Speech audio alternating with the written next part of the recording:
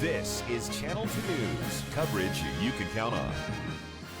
It's a great start, but we need a lot more. We need it to continue. As he said, it has been a wet start to the water year in the Sierra, bringing the levels up on our reservoirs and Lake Tahoe.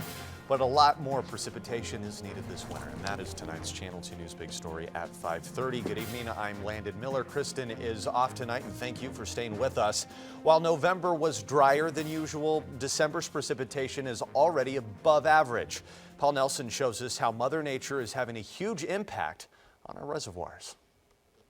Lake Tahoe's water level continues to rise thanks to some wet storms. In fact, the lake has come up 10 inches since October 1st. It was the wettest October on record. We had more precip at Tahoe City in October than the entire water year of 1977, so couldn't have started any better. December has also been a good month for water storage. Precipitation is already 16% above average. The rain has been great, soaking up the soil. We've stored a lot of water in Tahoe and the other reservoirs. Now would be really well off if we got some snow. Lake Tahoe is about 3 inches above its natural rim, and it'll likely stay there until summer or fall, depending on how much snow we get in the next few months. While January and February are the two wettest months of the year, the snow is not guaranteed. 2012 going into 13, we were 200% of average snowpack on January 1st. We got nothing else the rest of the year.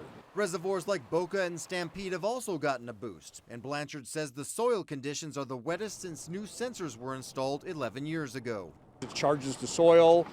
We stored a lot of water in the reservoirs. Now we need it to turn to snow, so we have that snowpack sitting up there to melt in the spring. How the snowpack reacts to conditions depends on how deep it is, especially if we get more rain. If we got a really deep, heavy snowpack, it'll either soak it up or it'll kind of run through the snowpack and on down and run out the bottom.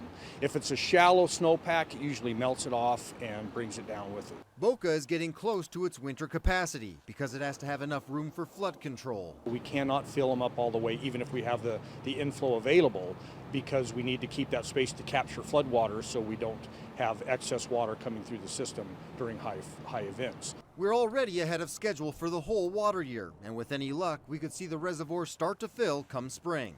Covering the big story, Paul Nelson, Channel 2 News.